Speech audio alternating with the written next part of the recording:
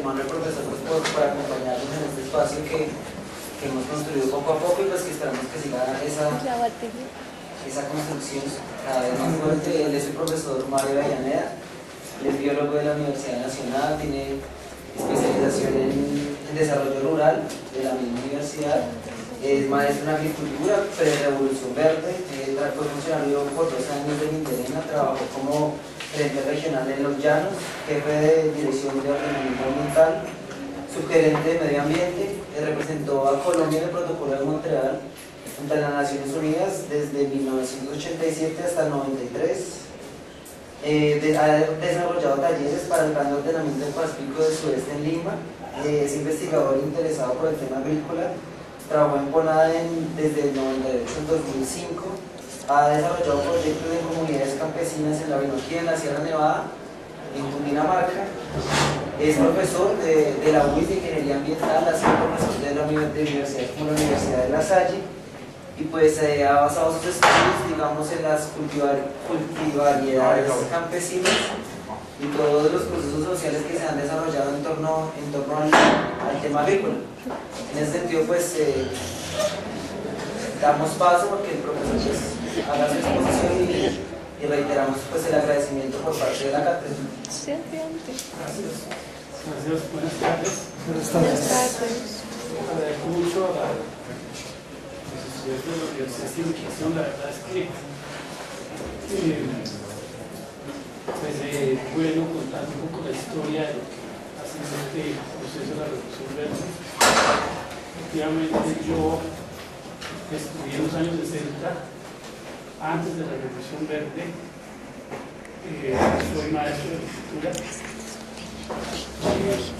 Y cuando comenzó la Revolución Verde, el gobierno colombiano cambió los planes de estudio de lo que eran las normales agrícolas cuando yo estudié, de las escuelas vocacionales agrícolas, que son los institutos agrícolas de Colombia. Y en esa época paramos las normales y los institutos agrícolas en la primera lucha de resistencia en el año 66 y 67 en Colombia contra la Revolución Verde. Porque nosotros conocimos de primera mano lo que iba a ser este cambio. Las tecnologías que aprendimos en los años 60 fueron tecnologías que hoy vuelven a utilizarse en la agroecología, pero que fueron eliminadas de plano por la reforma de los planes de estudio en los que colaboraron en Colombia la Universidad de California, la Universidad de Nebraska, fueron los que realmente le dieron la orientación a la formación de los bachilleratos agrícolas, le quitaron toda la esencia de los contenidos de los planes de estudio y orientaron la formación, lo que nosotros ya en esa época llamábamos la mano de obra para orientar las necesidades que iba a tener el desarrollo del capitalismo agrícola en el campo a partir de los años 70, como ocurrió. Obviamente con todo el ingreso de los paquetes tecnológicos que comenzaron a implementarse en esa época, los pesticidas, plaguicidas. No usábamos pesticidas y plaguicidas en esa época, no usábamos abonos químicos en esa época, usábamos básicamente correctivos de roca como lo hace la agroecología, abono fosfórico que salía de las escorias tomas de paz de río, usábamos la cal, la candolomita y el compost. En esa escuela nos formamos en los años 60, cuando modificaron el plan de estudios para darle el campo a la Revolución Verde, con el argumento internacional que tomaron las Naciones Unidas de que había que enfrentar las hambrunas en el mundo. Como había que enfrentar las hambrunas, entonces había que hacer una producción masiva de alimentos. Esa producción masiva implicaba tomar cierto número de especies y usarlas para producir masivamente alimentos. Entre esas especies había que estar algunos cereales como el trigo, la cebada, el maíz, la soya, como muy importantes. Digamos que la Revolución Verde manejó 11 o 12 especies de plantas con las cuales, con esa consideración de que acá hacer un enfrentamiento a la hambruna del mundo de los años 60, podían hacer gran producción y quitar la hambruna. Ese fue el argumento básicamente de las Naciones Unidas para asumirlo como una política internacional. De hecho, eso implicaba cambiar, como lo hicieron en Colombia, los planes de estudio. Y además lo hicieron en la escuela agrícola, porque nosotros éramos los que salíamos a ser los maestros agrícolas en las comunidades campesinas. Lo hicieron en la universidad, en la facultad de agronomía.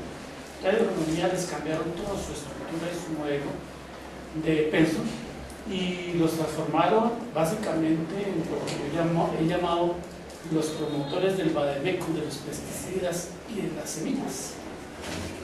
Eso fueron los agrónomos de los años 70 y los años 80 y de los años 90. Después ha habido un cambio en los planes de estudio, más por la resistencia que se ha generado en las universidades frente a los pensos que porque el Estado quería. Pero ustedes, siendo los agrónomos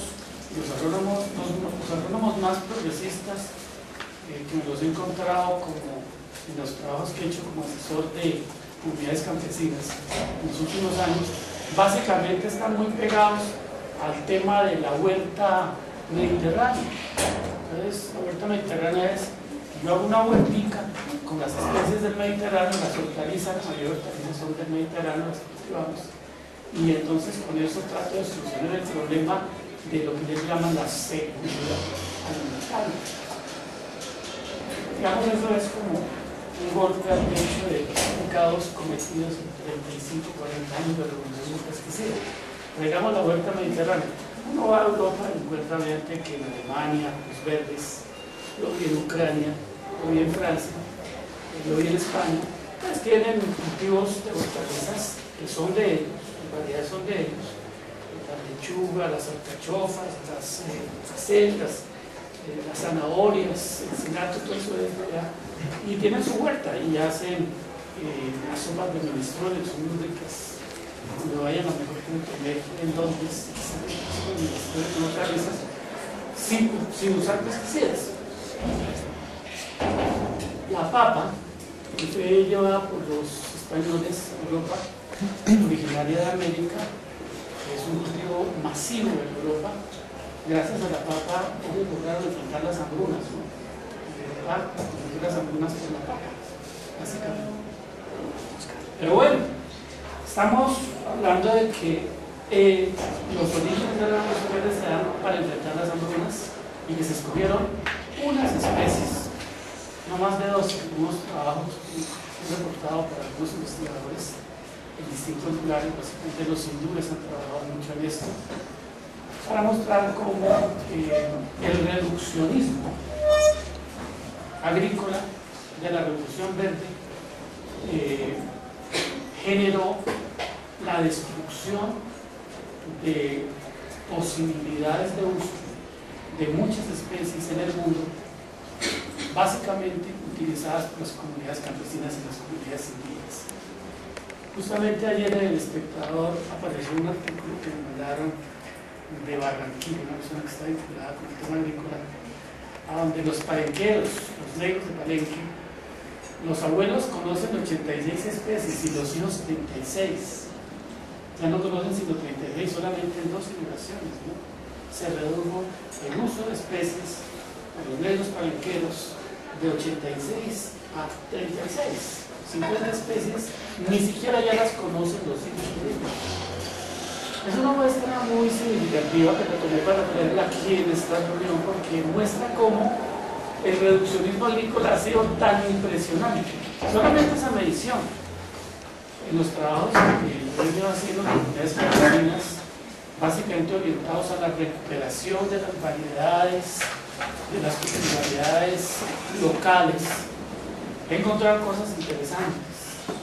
Una indígena de Los Pasos que me encontré en la cuenca del río Cali, por allá por mediados de los años 90, tenía en su huerta de no más de una tercera parte del hectárea manejaba 175 especies de plantas, una indígena de los pastos, desplazada por la violencia, que luego hizo una tiendita ahí al lado, arriba del cerro Cristo Rey en Cali, en una quebrada muy linda, tiene un nombre muy lindo, las aguas del silencio. Allá en esa investigación que hice encontré cosas como esas, pero otras tantas encontré como sorpresa en distintos lugares a donde justamente el tema ha sido qué cultiva usted y qué comercializa usted en la agricultura.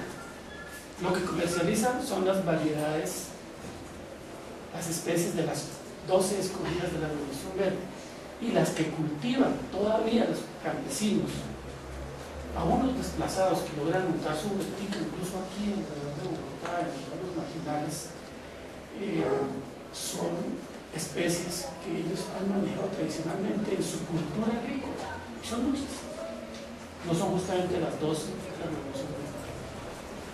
La Revolución Verde tiene implicaciones no solamente en el tema del uso de la reducción del número de especies, que generó destrucción nuevamente de muchos usos tradicionales y el olvido de muchas especies a su suerte, sino que también generó serios problemas en los suelos.